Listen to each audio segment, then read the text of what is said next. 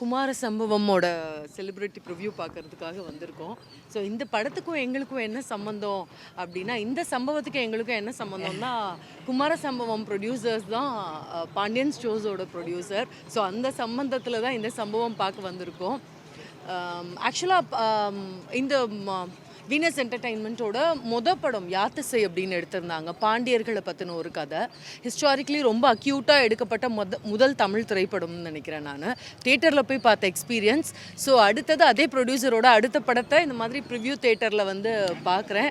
So I'm very happy. எங்கள் producer வந்து அடுத்த கட்டத்துக்கு இன்னொரு அடுத்த படைப்பை வந்து இன்றைக்கி தியேட்டருக்கு கொண்டு வந்திருக்கிறது ரொம்ப ரொம்ப சந்தோஷம். And we wish him all the very best. Kumaravel பண்ண கேரக்டர் அமேசிங் ஜாப்.